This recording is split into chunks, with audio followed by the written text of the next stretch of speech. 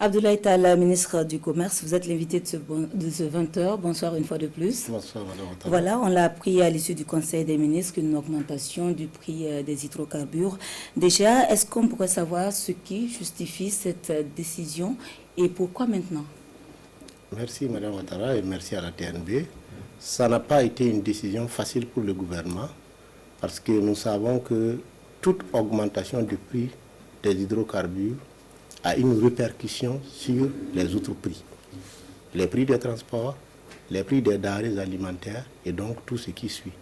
Du coup, ça va aggraver la situation déjà difficile de nos populations. Mais comme nous l'avons expliqué aussi, nous avions le choix entre deux mots. Est-ce qu'il faut continuer à subventionner et donc à favoriser l'exportation illégale au risque d'être en rupture, ou est-ce qu'il fallait réajuster les prix pour au moins assurer la disponibilité? Donc c'était un choix cornélien entre disponibilité des hydrocarbures avec hausse des prix et augmentation donc du prix et maintien. Du reste, juste pour vous donner des statistiques pour vous permettre de mieux apprécier le système et le phénomène, il y a en gros 3 mois, on consommait en moyenne et à peu près 800 litres de diesel par jour et à peu près 1300 litres d'essence par jour. Ça vous faisait donc à peu près, j'ai dit 800 000, donc ça fait à peu près 2 100 000. Puis, comme on s'est retrouvé dans une situation où nous sommes moins chers que la plupart de nos voisins, et vous remarquerez que dans la plupart des pays voisins, le diesel est plus cher que l'essence.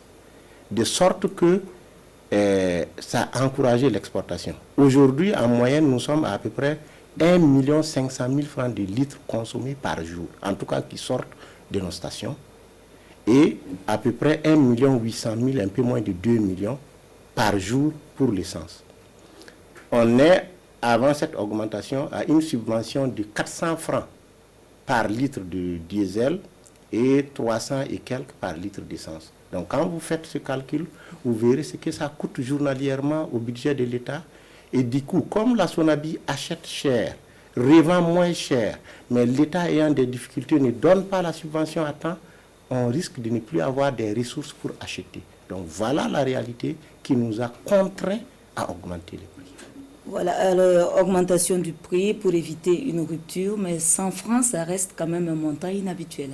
C'est vrai, 100 francs, ça reste un montant inhabituel, mais malgré la hausse de 100 francs, la subvention est de 342 sur le diesel et de 240 sur l'essence. Donc ça veut dire que malgré tout, le gouvernement continue de faire des efforts, mais c'est juste pour limiter et réduire aussi l'exportation, la sortie quotidienne de carburant pour rendre cela soutenable. Est-ce que cette augmentation devrait toucher également le prix du gaz butane? Au moins ça, c'est une bonne nouvelle. Le prix du gaz butane reste inchangé. D'accord. Alors, monsieur le ministre, tout à l'heure, vous l'avez dit, il y aura un effet ricochet sur les autres prix des produits sur le marché. Au niveau du gouvernement, qu'est-ce qui sera fait justement pour encadrer cette hausse éventuelle, déjà que le consommateur crie en tout cas pour la situation à laquelle il fait face? Nous avons engagé des concertations. Même hier, avec son Excellence le Premier ministre, nous avons reçu le secteur privé, donc il y avait aussi les représentants des fêtières, des transporteurs, et nous avons aussi lancé un appel à la solidarité. Lorsque la situation devient difficile, on demande à ces vaillants fils de l'aide, de l'assistance et de la compréhension. Donc à ce titre, on a vraiment demandé la compréhension de nos hommes d'affaires, de nos acteurs économiques majeurs pour aider à contrôler la hausse des prix. Si la répercussion devient immédiate et automatique, il est évident que les prix ne seront pas supportables pour les plus faibles, pour les plus fragiles d'entre nous. Et donc, il y a quand même un cadre de concertation qui est en place et les discussions se poursuivent pour aider à atténuer les effets. Mais l'idée, c'est de dire, quand c'est difficile, chacun paye un peu pour que la nation puisse vivre. Alors, cet aspect important que vous avez évoqué également, c'est l'exportation du carburant vers les pays voisins. Qu'est-ce qui peut être fait au niveau du Burkina pour éviter justement cette situation? On est un pays entouré de 6 voisins. Et parmi ces 6, pour le cas particulier du diesel, il y avait un seul qui était moins cher que nous. Donc tous les 5 étaient plus chers. Les 5 étant plus chers, ça veut dire qu'on avait 5 frontières à surveiller. Comprenez que la logistique nécessaire, les ressources humaines nécessaires pour contrôler n'allaient jamais être suffisantes, surtout dans le contexte de notre pays.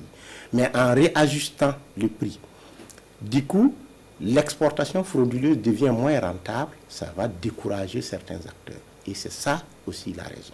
D'accord. Alors, dernière question, Monsieur le ministre. Est-ce que vous avez un message particulier à l'endroit de la population? Le message qu'on a, c'est vraiment un appel à la compréhension. Ça ne fait pas plaisir au gouvernement d'aggraver la situation des populations, qui est déjà difficile. Mais ça ne fera pas plaisir au gouvernement aussi que le pays soit à sec. Donc on demande la compréhension de la part des populations, la compréhension de la part des acteurs économiques, afin que tous les choix restent raisonnables et qu'on privilégie l'intérêt national en toutes circonstances. Abdoulaye Tall, ministre du Commerce, merci d'être venu sur le plateau de ce 20h. Vous restez avec nous pour la suite de cette édition.